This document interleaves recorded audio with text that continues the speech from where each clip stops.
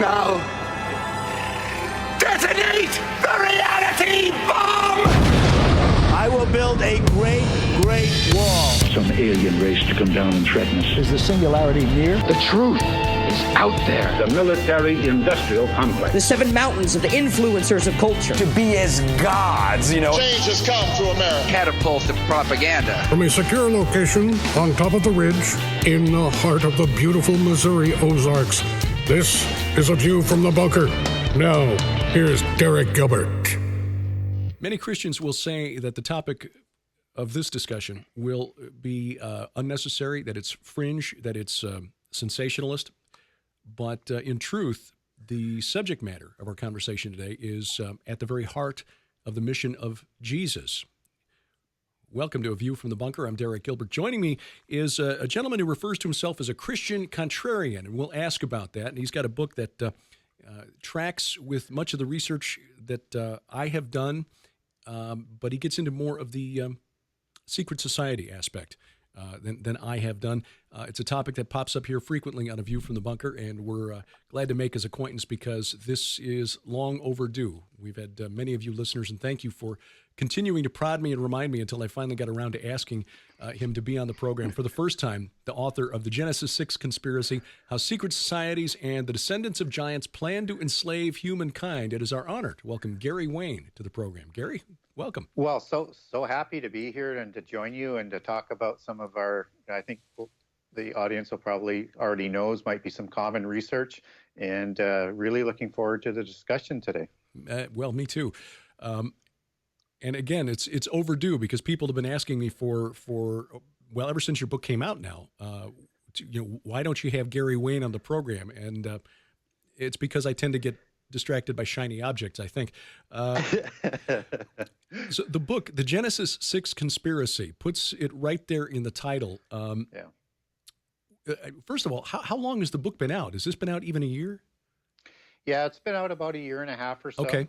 So I'm really slow on this. And pardon me? So I'm really slow in getting this getting on the program. I guess I'm a little bit unlike most other authors in this genre, or, I don't have a platform or a show or anything. And it's the first book that I've written, and I come at it from a little bit different perspective. So I've been building sort of my audience and trying to reach out to my potential customers and get the information out. And so it's been a process to keep going, and things keep getting better all of the time as I do more shows and as more people buy my books. So it's starting to get some very good response. Well, it's to your credit that people have heard you on other programs and have said you really need to talk to him. I know Justin Fall of Fourth Watch, who was here visiting us in the Ozarks just 4 or 6 weeks ago, has you on as a regular guest, and I've been listening to his podcast lately and really enjoying the conversation. So credit to Justin there as well for being a little more on the ball when it comes to this sort of thing. And let me ask you about this, Christian contrarian. What do you mean by that?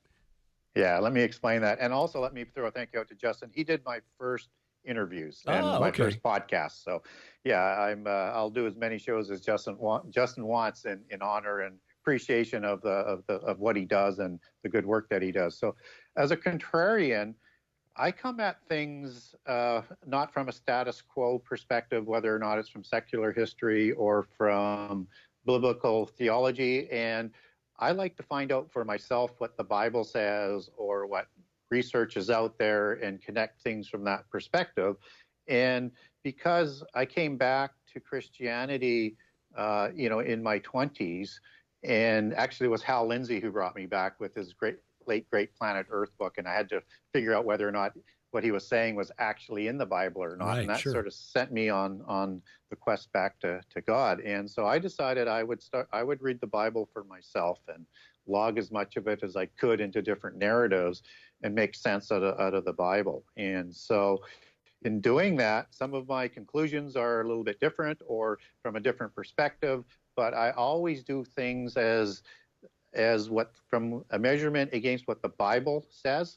So even if I'm doing research into secret societies and using their legends and their belief systems or other religions, which I do extensively in my book, I always measure things back to what it says in the Bible and try and make it clear to a reader, this is what they believe. It's not necessarily what I believe, but it's important to understand what they believe. So it comes at it from a contrarian perspective, from that ideology as not being from the status quo. Well, let's dive right in. Again, the title of the book, The Genesis 6 Conspiracy, and of course, listeners to this program, viewers now on YouTube at youtube.com/Derek Gilbert will know Genesis 6 refers to Genesis 6 verses 1 through 4. There were giants in the earth in those days. These are the men of renown, etc.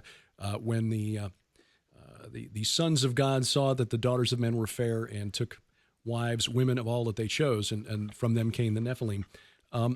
How do you view this situation? I mean, a lot of Christians will look at this and say that can't possibly be because angels don't marry in heaven.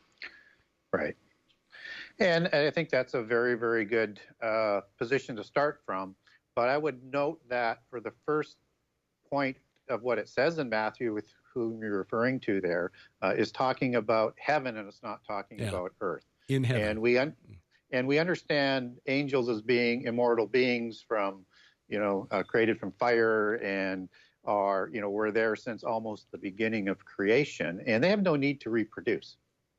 Right? They have no need to repopulate. And if we take it from Revelation, that there were 100 million angels created, and a third of them fell away, then there was a lot of angels created, depending on which orders, but still 100 million is what Revelation tells us. So, and then when we look at what Genesis says, and in connection with some of the other scripture in the Bible, let's say whether or not we're talking about 2 Peter, or we're talking about 1 Jude, we're clearly getting an understanding that something happened in prehistory where angels sinned, and somehow these giants were created in Genesis 6, right?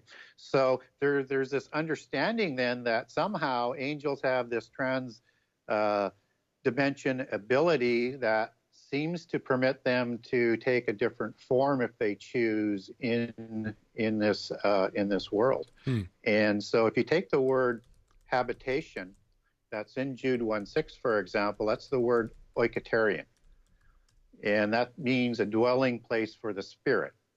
And then if you go back to 2 Corinthians, it talks about in verse 5, the only other place where the word oikaterion is used as for this dwelling place in heaven, and it's talking about taking on and putting on clothes. It seems to indicate just from that perspective that there's a body in heaven and a body in the earth, and that somehow they can take a form of their choosing.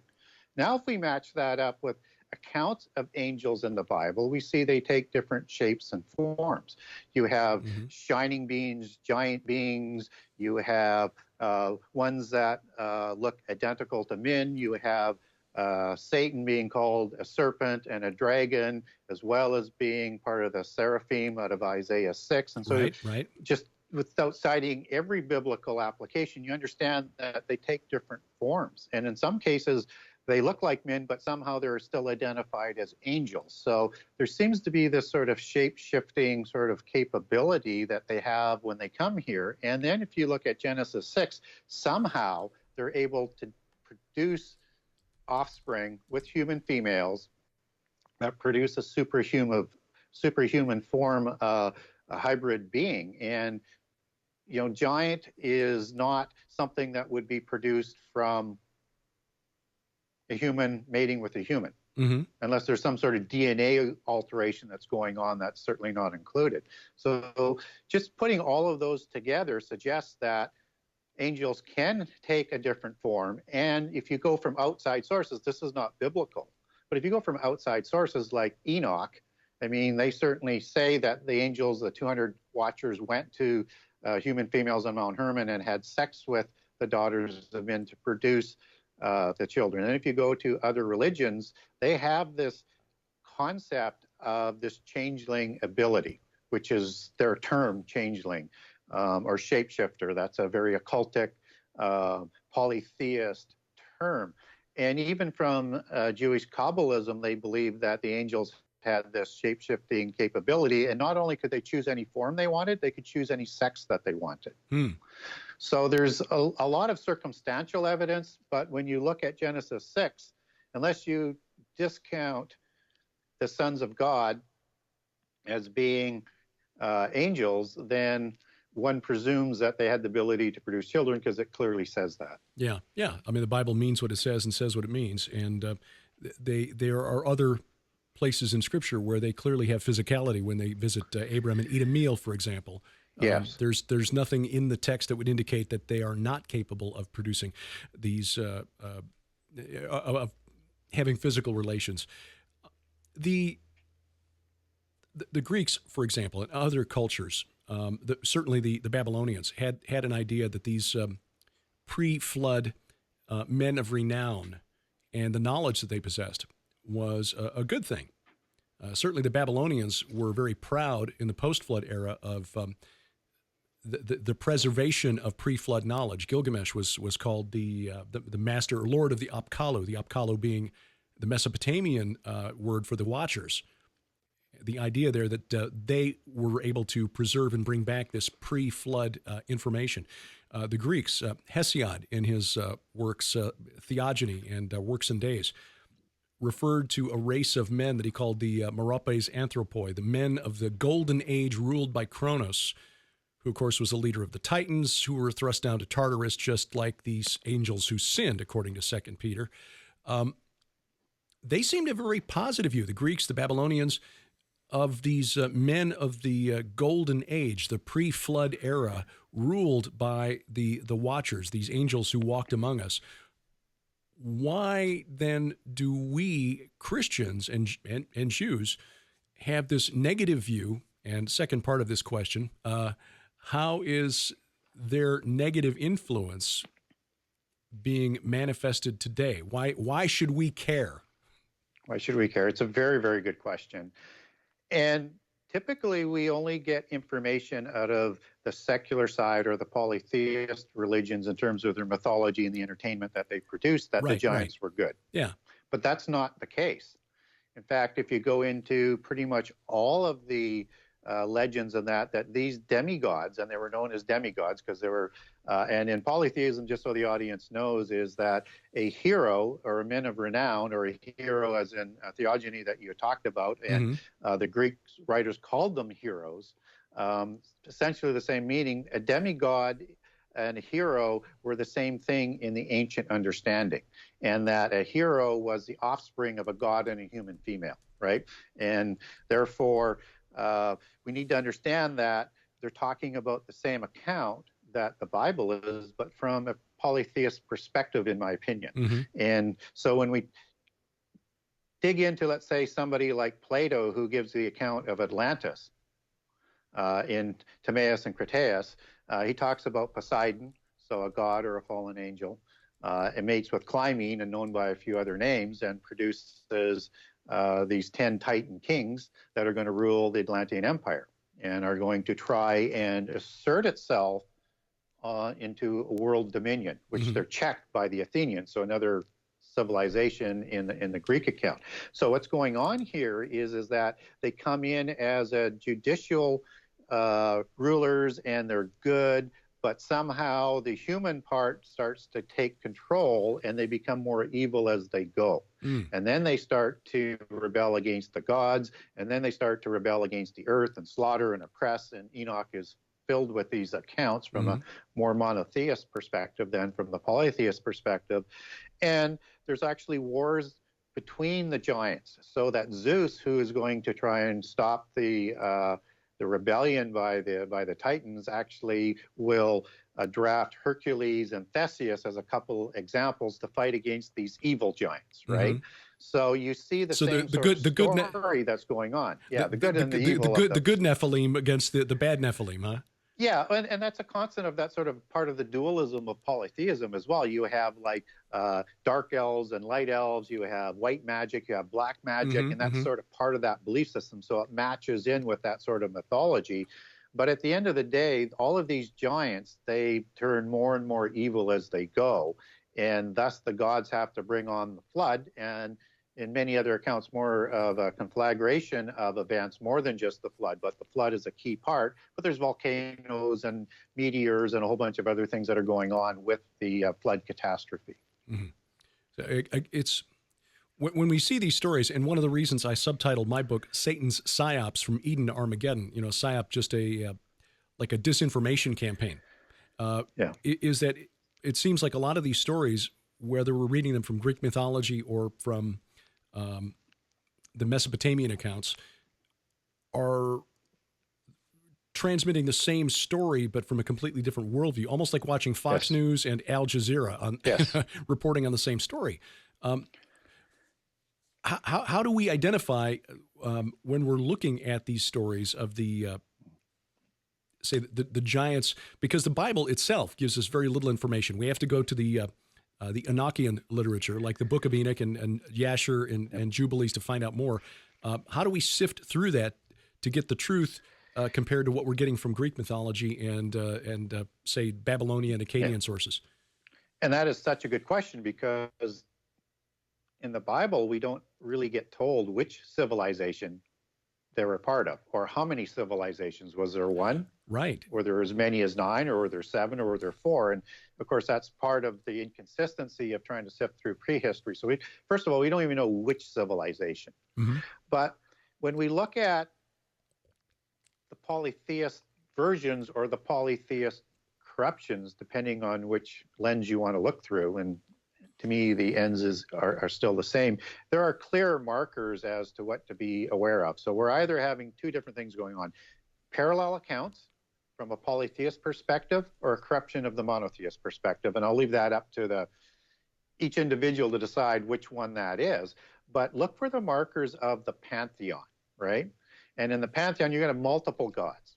And you're going to have typically two gods, one that is to help humankind, and one is against humankind. And then from the polytheist pantheon, they invert it so that they turn the God of the Bible into, let's say, from the Sumerian that you were talking about, that would be Enlil, who causes the flood and who is the evil god, and Enki, who is his counterpart in this dualistic good versus evil religion of polytheism, is the god that helps humankind, gives them knowledge, helps save them and warn them from the ark. And so you see those clear markers that are going on. And the other thing to look at, which comes out very, very clear in anything that's other than the Bible, is you have this partnership between these gods, fallen angels as we would understand them, kings, which are the Nephilim, Titans, Anunnaki, Tyria, Assyria, all these other names, Maiatos, from the Chinese, all around the world that ruled. And you have this partnership with this polytheist religion, right, that takes shape, that creates this organizational structure of these different civilizations, if we can believe that there was more than one civilization. And there's also a partnership with the descendants of Cain, particularly as you get into the Freemasons, because they take their patriarchs right back to the same period of time.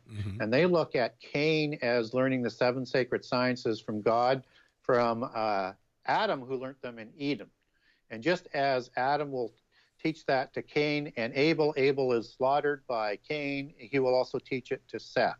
But Cain does something different with this knowledge. He uses the knowledge to rebel and lead people away from God, and to discredit God and not give him credit as being the creator of the universe, and to celebrate the fallen angels in a new pantheon.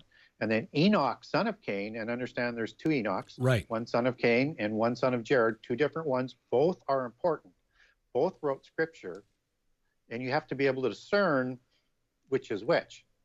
And according to the Freemasons, Enoch develops mysticism and the secret societies from these sacred, from the 7 sacred sciences, which then partners with the fallen angels and additional illicit knowledge and the Nephilim that they create. So you have this usurping of the kingship, which comes with the Nephilim. And again, in some polytheism, they'll take some of the descendants of Cain as being kings before that. So still from that sort of concept where you don't have kings in the Sethian line, right?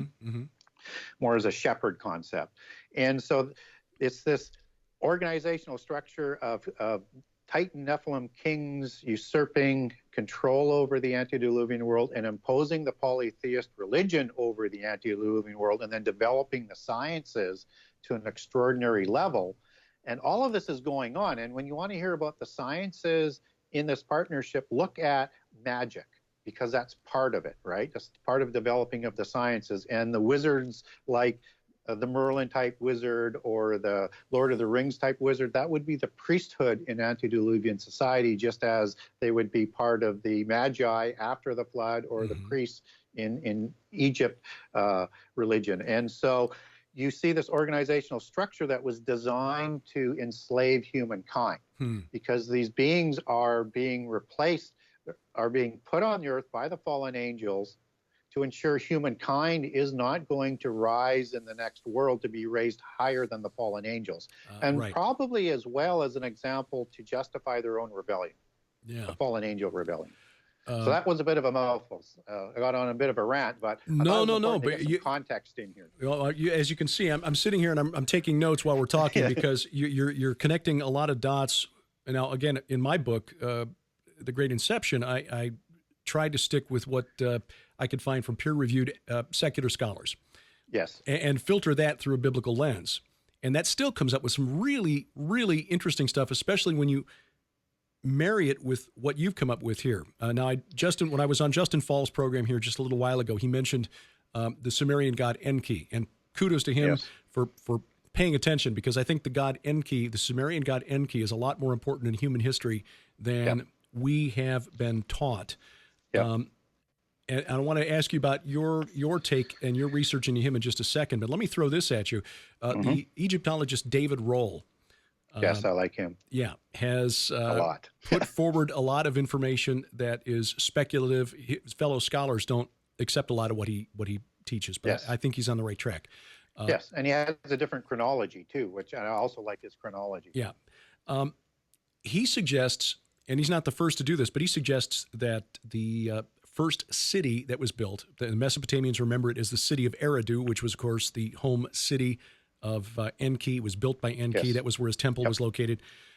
He suggests that it was either built by Cain for his son Enoch, or it was built by Enoch for his son Irad, whose name etymologically is very similar to this name Eridu, which then leads a whole new significance to Cain bringing these 7 sacred sciences, including magic, to Eridu, because Enki was the god of magic and sorcery.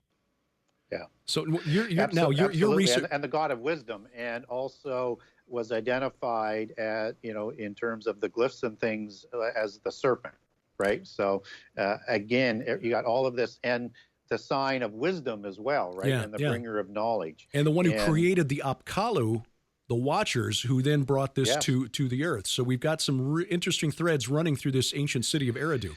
So you're researching Enki now.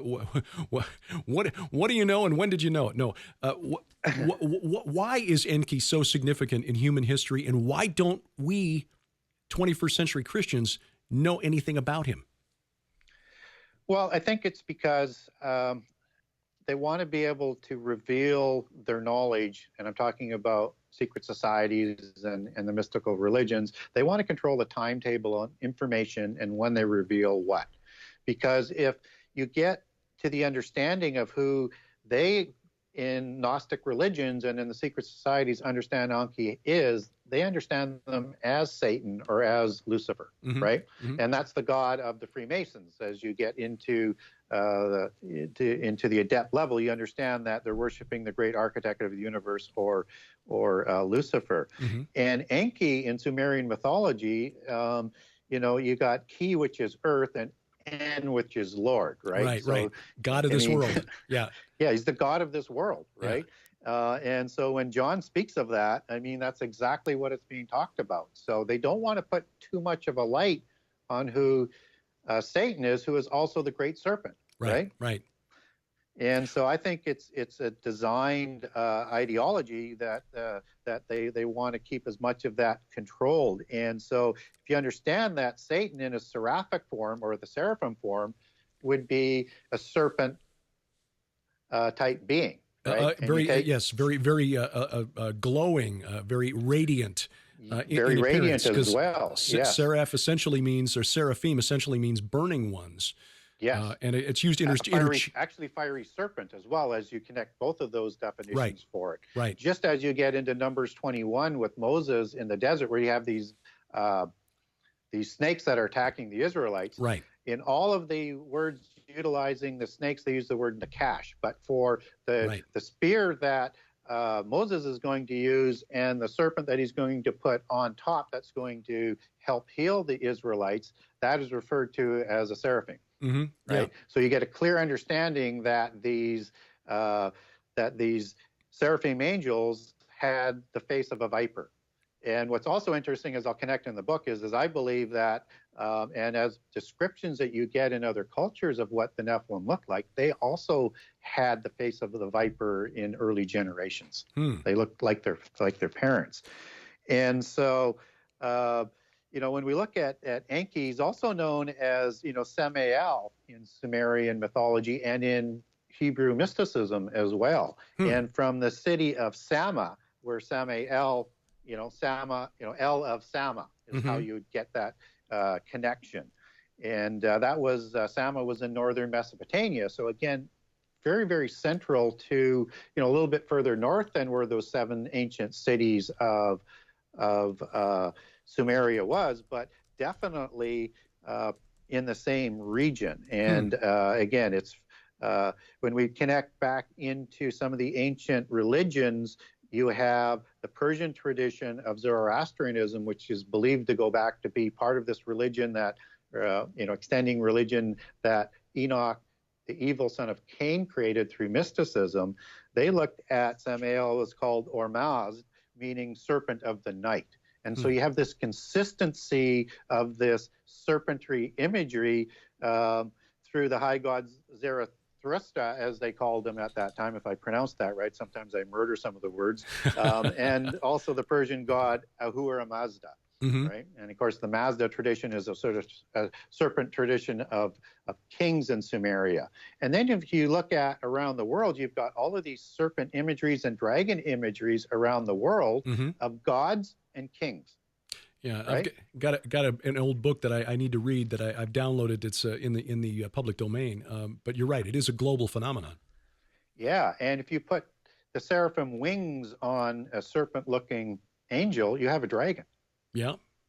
Right. Yeah. Just as if you put wings on the serpent in Eden before it loses its limbs and things, you have an animal type of dragon. Yeah. And so, and that's all part of the kingship imagery and iconology of polytheism, and that's not a coincidence. No.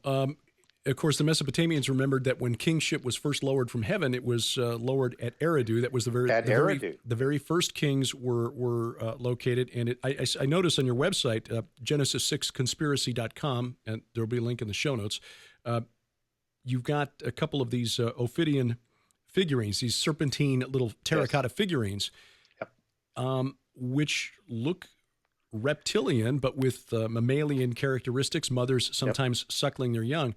There have been about 150 of these found, and almost all of them have been found within 20 miles of Eridu. Yeah. Yet not a coincidence, right? No. And there was some of those found in the Ugaric discoveries as well. And just as you have, the elongated skulls and other looks around the world. And, this is, if you look at, bring it forward to, let's say, the time of the Armageddon dynasty with Akhenaten, who is an important dragon king in the bloodlines of the Nephilim as these dynasties descend. Have a good look at King Akhenaten if you go to a Tutankhamun museum. The deformed skull. Yeah, so he's got the elongated skull, but he's also got those slanted eyes. Yep. He's got those very high cheekbones, that extended chin, and is very serpentine looking as a viper face. And this is, a couple thousand years after the birth of the original Nephilim, and some of these traits are still coming through. And the other thing that surprised me about this, and I didn't expect to find this when I was researching the what scholars call the Ubaid culture, which is pre-Nimrod. It's, say, about 4,000 BC and earlier to about 10,000 BC. And they found that all across the ancient Near East, what we today know as Iraq, Syria, the Levant, Lebanon, Israel, Jordan, almost everybody was doing something to form their children's heads into cones. They couldn't write. Yes. They hadn't invented writing yet, but they were all creating these cone heads. Why were they? I mean, I can only speculate that they're trying to emulate a look that they thought was the physical ideal. What has your research found? Oh, there's no doubt that the priests and the nobility would want to emulate their kings and their gods. The thing that they couldn't do with the binding of the skulls to create that elongated look, they could make them bigger. Right, true. Which the true ones with the true Nephilim or Titans and the gods would have produced and had. Right. The cranial mass was larger instead of just deformed. Yeah, exactly. And so when we bring that back to Eridu, I mean, this was where the temple of Eridu, as you mentioned, was, right?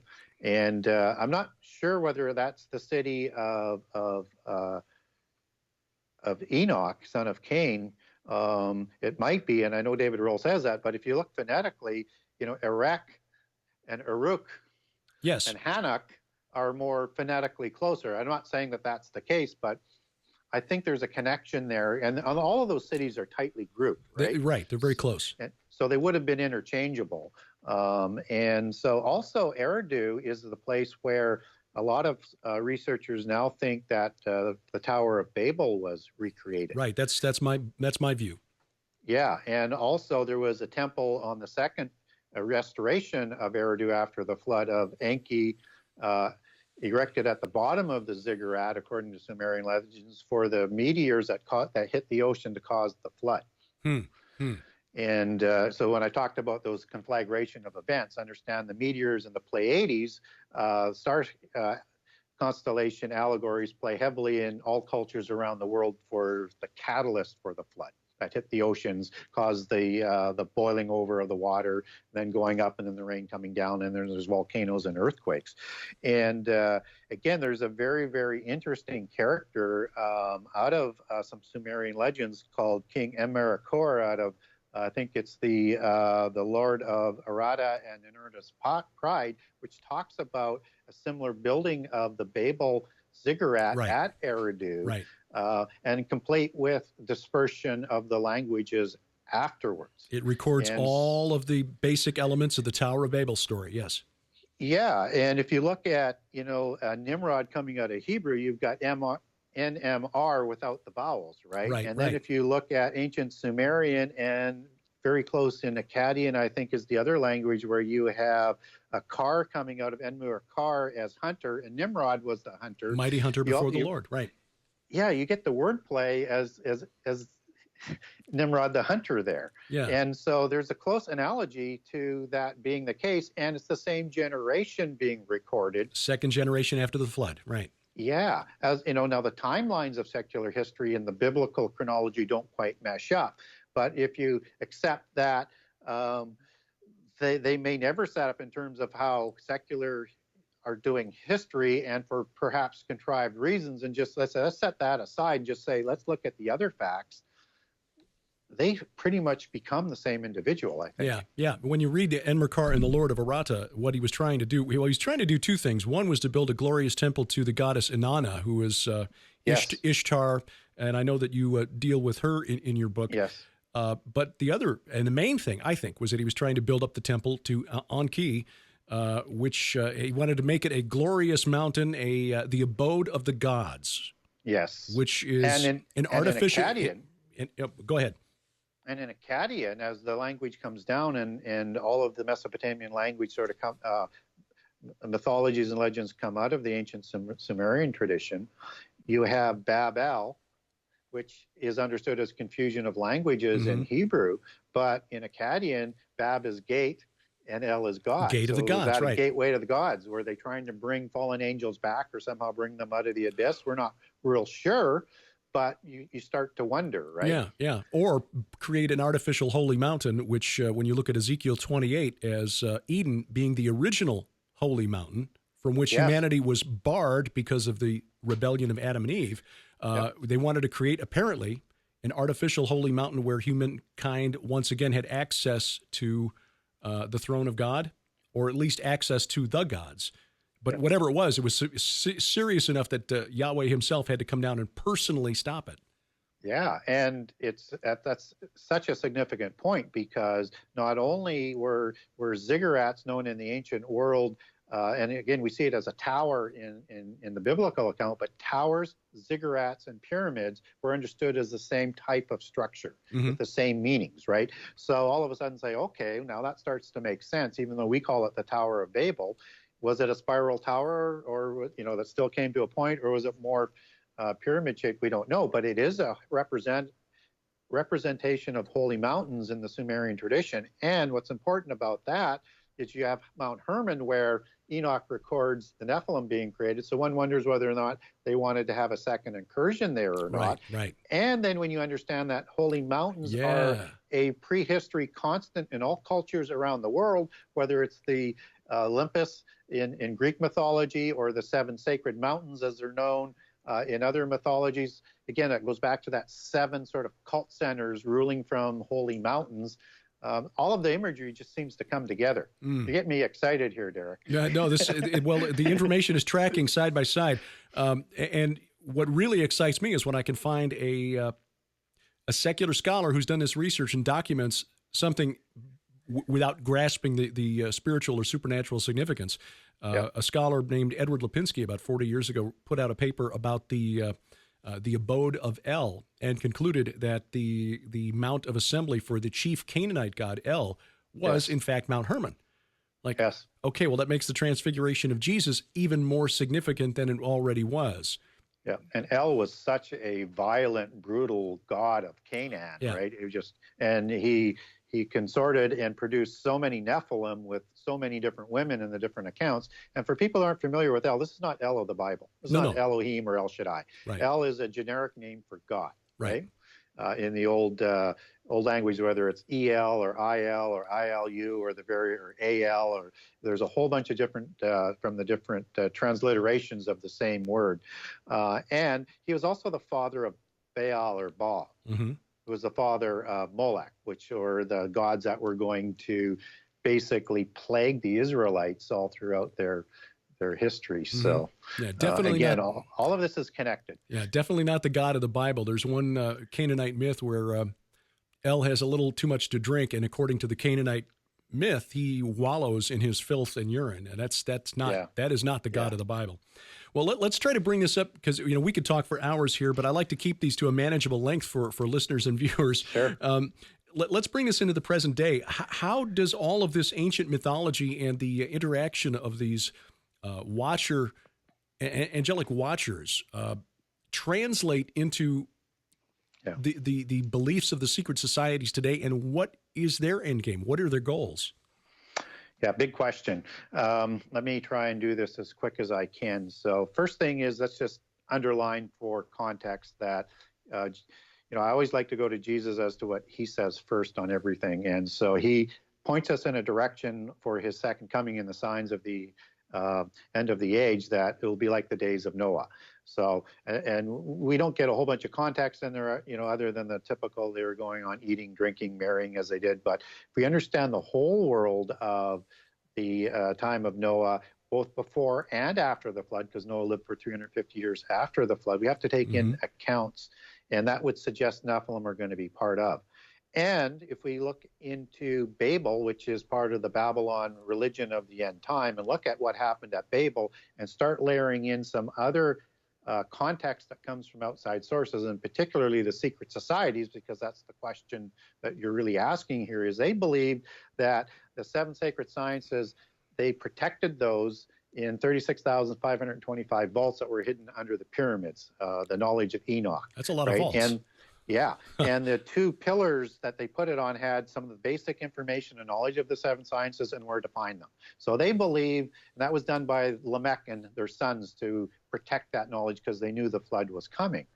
And then Hermes, which is another significant patriarch, as is Tubal-Cain in Masonic society and hierarchy, finds these pillars, finds the knowledge, takes that back to Babel, or not yet Babel, but to Nimrod, to redevelop the 7 sciences, with Babel being the first manifestation of the 5th science, which is geometry, or as they call inside the craft, masonry. So they build a city, and they build the tower, right? And in Masonic belief system and Gnostic belief system, they believe Nimrod was the first grand master of Freemasonry after the flood. Right. Yeah. In fact, right? I wrote a paper, and I wouldn't call it academic. It's not peer reviewed or anything like that. But I wrote a pretty well footnoted paper, just drawing from the writings of Freemasons, so that it wasn't me speculating. Yeah. And Albert Mackey on the history of Freemasonry lays out all of these legends in a written form. Right. Yeah, that's who they're venerating. It's not Solomon or Hiram Abiff. It's Nimrod. Yeah. Exactly. And so what we learn is somehow the Nephilim crossed the flood, the religions crossed the flood, right? And the secret societies crossed the flood. And we know not all the angels that were put in the abyss. So you've got fallen angels, and you also have demons. So you have this same sort of organization crossing the flood to taint the early post-Diluvian world, our whole history, and are still working together today to bring about the end time, because they want to bring about the end time, and they want to bring it out as the new Atlantis or the new age. And that's why you need to understand Atlantean mythology to understand where they're coming from. And they want this rendezvous with destiny. And so everything that they're doing today in terms of world government and getting ready for it, even though it won't happen until the restrainer is removed, they would bring it on sooner than later. The only thing that's preventing them is the restrainer, in my opinion. And so they also believe that the Antichrist will come from the bloodlines of these Nephilim, who, again, usurped the kingships after the flood. So their goal then is to bring back the domination over the world of these the Watchers who reigned before the flood, and bring them back to the throne of the world. And that's why Thessalonians, when it gives us a time frame of the end time and the rapture, talks about a rebellion. It's the same rebellion that happened at Babel. It's the same rebellion that happened before the flood, right? So they're going to try and convince the people of the earth through multiple deceptions to rebel against the God of the universe and to fight for their freedom, just as you do in Star Wars. So, as an analogy, because it's got that good versus evil dualism mysticism, right? And in that inside out allegory, it's the empire that they would classify as the organization of the God of the Bible. So people who are rising up as part of this rebellion think that they're trying to overthrow this despot, when in fact they're fighting on the side of the Antichrist. Yes, they believe that they are the children of light. That's why Freemasons call themselves the sons of light. And light is a core allegory in their belief system, just as Satan masquerades or disguises himself as an angel of light. And that the God of the Bible is evil, and the religion of Christianity and Judaism is also evil. Okay, I can still hear you, so you can keep on talking. We'll just put up a still shot here. I guess your camera has decided to take a nap on us, but that's all right. We can still hear you. Yeah. But 2 Thessalonians 2, beginning at verse 3, and this puts this verse in a whole new context. Let no one deceive you in any way, for that day will not come, meaning the day of Jesus Christ gathering the elect, gathering the believers to him. That day will not come unless the rebellion comes first. And there are many who would say the apostasy comes first, which is how other English translations will word it. Yep. This is the English Standard Version, ESV. Yep. And the man of lawlessness, the Antichrist, is revealed, the son of destruction, who opposes and exalts himself against every so-called God, exalts himself against every so-called. Yes. So he's going to present himself as, hey, I'm here, I'm the Messiah. Yes, Antichrist. You know, the sad thing is that there are a lot of...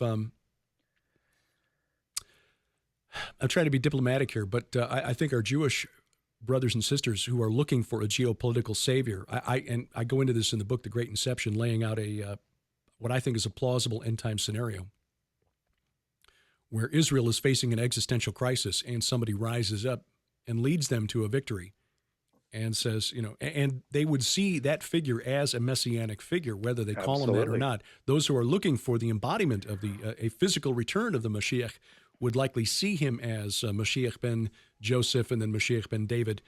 Sure. But there are a lot of Christians who would see him that way too. Yeah, and then if this person it plays, let's say, a larger role in forming of the world government, and also permits the Jewish people to begin their sacrifices on the wing of the temple again, as it says in Daniel, then they absolutely would recognize it, or at least hope that this is their Messiah, and they would say, well, who else could it be, right? And that's part of the end-time deceptions, I believe. And what's really important about all of this, not just the deception of the Jews, is the deception of other people that around the earth, that they're going to actually be told that the God of the Bible is the evil God, but is no stronger than Satan is, right? That in their dualist belief system, that's that yin and the yang that's in perfect balance, good and evil, that's always at odds with each other. And so they have an ability to win their freedom because they believe from their side that it's the God of the Bible who enslaves humankind in the physical realm just to worship him, right? And wants to keep knowledge away from them. So it's like Star Wars. If you want your freedom, you have to rebel, because they're called the rebels, and fight for your freedom. And the irony, of course, is that the freedom that they're fighting for is actually the ultimate enslavement. This would be the greatest double cross in history. Yes, absolutely. And that's why people will be gnashing their teeth. Wow. Well, you know, there's so much in here. You've got, my goodness, 97 chapters in the book. And there is so much in here to cover that we could talk for hours. And I think that we're going to have to do more programs on this, because if people are enjoying this as much as I am, they're going to want to do more. But like I said, just as a courtesy, I try to keep these from going so long that people have to sit down and make appointments in their schedule to listen or watch. But I'm very. Let me just throw out one last one, I guess, as a tease here, and I'm picking this because these are names that appear very prominently in the fictional series that Sharon is writing, and she's smart enough to have picked these deliberately. Okay, the names Sinclair and Stewart. Yes. What's the significance? Well, those are very, very important names as you go back into the bloodlines and into the secret societies. And so there's a scion that's taking place as part of their Zion allegory. And scion is like grafting in of a new shoot or a new bloodline. And in the other part of the meeting, it's noble bloodlines and the firstborn son. So Zion and scion is a connection. And the reason why that's important is because you have Sinclair, which actually is the Scottish version of St. Clair. St. Clair, right. Right. And Sinclairs are the ones who protected the Knights Templar after the fall in 1307 to restart them as Freemasons, right? And the St. Clairs were part of the original Knights Templar, where they take their history back from, right?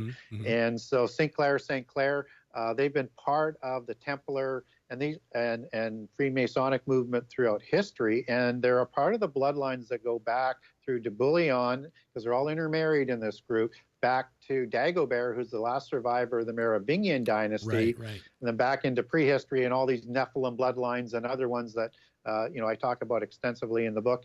And what was the other name? You said Sinclair. Stewart.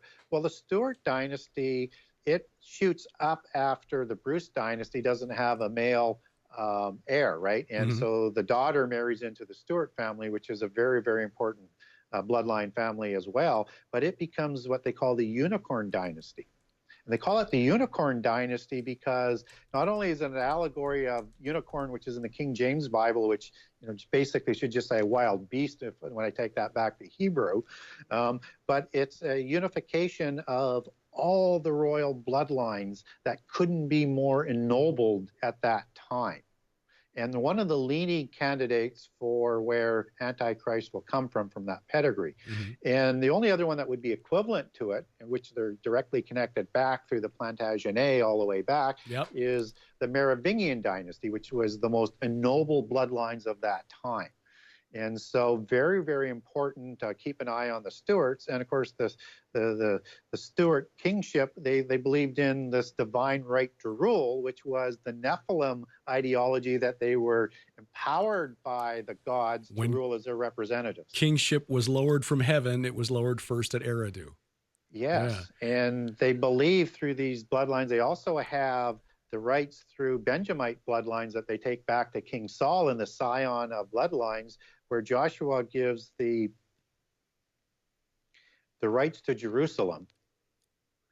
And the King of Jerusalem title that you would have heard with the Habsburgs, which were part of these bloodlines, and now with the King of Spain, is that title that they connect back through their Benjamite heritage to what Joshua did and awarded Jerusalem to that bloodline. That Antichrist will announce himself at the abomination as King of Jerusalem. Right? So Jerusalem was part of the territory of Benjamin. Yeah. Well, Joshua awards that to Benjamin. Mm-hmm. Okay. As their inheritance. And so they connect that from the Bible as having King Saul bloodlines to being the rights to Jerusalem, which will be part of the pedigree of Antichrist. Okay. The Amorite, and I contend that the Amorites are a lot more important to human history than we've ever realized, too. They were divided into tribes just like the Israelites were. Yeah, they had many, many tribes, right? Whether it's one of their main tribal confederations was called the Binu Yamina, the Benjaminites, and they're one of the main tribes of the Benjaminites during the time of, and just before the time of the Exodus, was a tribe named for the moon god, Yarik. They were the Yariku. And when you transliterate Hebrew into English, of course, you swap the Y for the J, and that's where you get the name of Jericho. Yeah, and Jericho was the city of the moon. Yes. There were two principal gods in the early days of the Amorites. One was El, who we've already talked about. The other was the moon god. There were two other main cult centers of the moon god in Mesopotamia. One was Ur, the city of Ur, but the other was Haran, which was where Abram was called by Yahweh. And now and this is where the research is going for, I think, what'll be one of my next books. What's the symbol on top of the very tallest building in Mecca? It's the crescent moon. It is all connected. And because that's been adopted into Islam, even though they took that crescent moon after conquering Constantinople. Right. It was originally part of there, but they matched that up with another where they have their god that they call Allah, which was also in ancient times known as a moon god and or Sin, right? Mm-hmm. Right. Sin and Yarik and what was the other one? Nana back in the ancient Sumer. Yes. Yeah. But again, I'm just thinking, okay, the Benjaminites, Jerusalem, Benjaminites, moon god worship today. It's okay. I'm going to have to go home and write some more notes here, Gary. This has been phenomenal stuff. I'm gonna get your book before I go home. It's available on Kindle, Barnes & Noble, and of course hard copy. Where do people? Do you have a preferred place where people would go to buy the Genesis 6 Conspiracy? Yeah, obviously it's also available at Amazon.com and any other online bookstore. But you can get a signed copy if you like through my website. Okay. And there's also connections on the website to go to barnesandnoble.com and amazon.com, and also the Kindle format as well. You have a connection there, or just go right on to Amazon. Yeah. And it's available through any bookstore. They may not have it on the shelf, but it is distributed to those stores. So it's readily available if they ask for it. Yeah, they can get it within a few days. People want to follow me, I'm on Facebook under Gary Wayne with 2 Genesis 6 conspiracy pages, and also on Twitter at Gary Wayne 63, at Gary Wayne 63. Okay, well, 97 chapters. I think we might have touched on maybe about 5 or 6 of them so far, so we're going to have to do this again. But the website is genesis6conspiracy.com. You'll find a link below this video if you're watching it, or at the website if you're listening to this, VFTB.net. This is fascinating stuff, Gary. And again, it's what I thought, and I think it's why people were telling me and been nudging me for months. You need to talk to him because we're looking at different things, but following parallel track. Yes. All right, Gary. Thank you very much for your time. We'll have to do this again. Terrific. Check the show notes at VFTB.net, and you'll also find them below this video if you happen to be watching at YouTube.com/Derek Gilbert. The book is an impressive work. In size, if nothing else, but the content is excellent too. It's about 900 pages, 97 chapters altogether. It is available for Kindle and ebook as well. So if carrying around something that's really big and heavy is an issue, well, consider getting the ebook version. I'll put links to where you can find a copy of the Genesis 6 Conspiracy in the show notes. Coming up, we got a couple of things to announce here, which are pretty exciting. This is turning out to be a busy year, and busy in a good way. Skywatch TV, we're in the process of, getting a new studio. We're in the process of designing it right now, and that will lead to the launch of the women's program that Sharon will host later this year.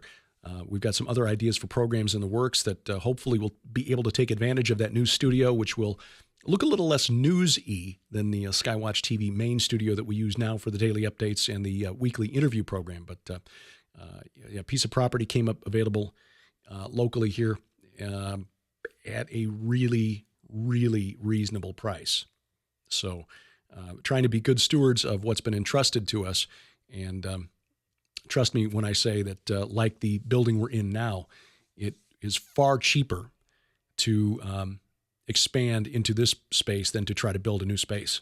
So we're very blessed in that this became available to us. And plus, being local here, it is, being close by the building, which will continue to serve as the warehouse for Defender Publishing.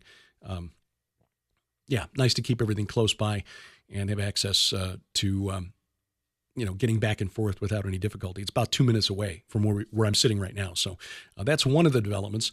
Of course, you know that later this year, although we've only talked about it once because it's still a ways off, we don't want you to forget about the Blessed Hope Prophecy Forum. This is being produced by our friends at Prophecy Watchers, Gary Stearman and Bob Ulrich. Of course, Skywatch TV is one of the co-sponsors of this conference, and a number of us will be speaking at this conference. This is coming up October 13th through the 15th in Norman, Oklahoma, which is just outside Oklahoma City, home of Oklahoma University, OU. Speakers at this, and there are 33 speakers coming to this conference. The Embassy Suites in Norman, a new venue for this particular conference, and it is supposed to be just an excellent layout for this conference. We will have more people there and more speakers. 33 speakers there, including Gary Stearman, Tom Horn, of course, me and Sharon, Josh Peck from here at Skywatch TV, L.A. Marzulli, Dr. Randall Price, Bill Salas, Rabbi Jonathan Kahn, Tim Alberino, Pastor Billy Crone, Carl Teichribb, one of our favorite speakers, an excellent researcher. Glad that he's coming back this year. Dr. Ken Johnson, who is a soft-spoken, but when he speaks, he's got something to say. Looking forward to seeing him again. Dr. Michael Lake, our friend from nearby here in the Ozarks, and Lieutenant Colonel Bob McGinnis will be there as well. Tim Mahoney, the filmmaker behind Patterns of Evidence, the film about the historicity of the Exodus, and many others. You'll find information and registration at prophecywatchers.com. The end of this month, of course, is the Hear the Watchman 2017 conference in Dallas, God's Great Gathering. That is March 31st through April 2nd at the Hilton DFW Lakes Conference Center in Grapevine, Texas. Speakers there include Pastor Carl Gallups, L.A. Marzulli, Russ Dizdar, Dr. Michael Lake, Josh Peck. Sharon and I will be leading a session, or at least part of a session, I should say, on couples in ministry, along with Josh Tolley and his new bride, Pastor Paul Begley and his wife Heidi, Coach Dave Daubenmeyer and his bride. We'll be just sharing what it's like to work side by side with your spouse, and how we do that in a biblical way. And we've got some ideas on scriptures we can use to support that, but we need to communicate with the other couples in the group. But we're looking forward to that. Of course, meeting John B. Wells as a longtime radio guy, that for me will be a lot of fun. If you can be there, that will be great. Look forward to seeing you there. Save $20 off your registration by using the promo code SKYWATCH at checkout. The promo code SKYWATCH for registration if you can make it to the conference. If not, there is a live streaming option. All of the sessions will be streamed live and available online for 30 days after the conference. You can go back and watch stuff again or see something you missed. Cost is $39 if you sign up for the live stream by March 22nd. That's by March 22nd, just about a week and a half from today. And you can save 5% on that by using the promo code Gilbert5. That's Gilbert and the numeral 5 at checkout. Now, after March 22nd, registration for the live stream goes up to $49. So do take advantage of the $10 discount by getting in early, and the additional 5% with the promo code Gilbert5. And then, just announced today, the True Legends Conference coming to Branson, Missouri, here in our backyard, September 15th through the 17th. This one will be notable, if only for the fact this will be the first conference I will have attended at which Steve Quayle will be speaking. This is put on by Gen 6 Productions, which, of course, is Steve Quayle and Timothy Alberino. They will be, I guess, the headliners, if you will. Steve Quayle, Timothy Alberino, Tom Horn, who doesn't speak at conferences anymore, but he owed Steve a favor. L.A. Marzulli, Dr. Micah Lake, and me. Anselm P. Rombla, also Pastor David Langford will be there as well. The Mansion Theater in Branson. This is a little different venue because this is essentially a theater that musical acts or stage productions will normally use. So the seating is going to be a lot more comfortable than you might be used to in some of the conferences that are held in hotels. In fact, I think the Oak Ridge Boys play about 20 shows a year at the Mansion Theater. And they'll be there the week following our conference. Again, the date's September 15th through the 17th. Mansion Theater, Branson, Missouri, the True Legends Conference, and you can register online effective today at Gen 6 Conferences, and you spell that out, no numeral, GENSIX, gen6conferences.com, and we hope to see you there for that. Please join our Bible study. Sharon and I host it every week at gilberthouse.org. The Gilbert House Fellowship, an hour of the Old Testament, hour of the New Testament, and we're getting into the book of Revelation now. So things are about to get interesting, really interesting on the New Testament side. We'll post that every Sunday for your download, no charge, at gilberthouse.org. We appreciate you taking the time to give us a review or a like. iTunes, Stitcher, wherever else fine podcasts are sold. And, of course, like us at Facebook, facebook.com/View from the Bunker. View from the Bunker is a production of Gilbert House and released under a Creative Commons Attribution, Non-Commercial, No Derivatives 4.0 International License. Opening theme is by Kevin MacLeod. The opening introduction by D.C. Good. We wrestle not against flesh and blood. I'm Derek Gilbert, and this is A View from the Bunker.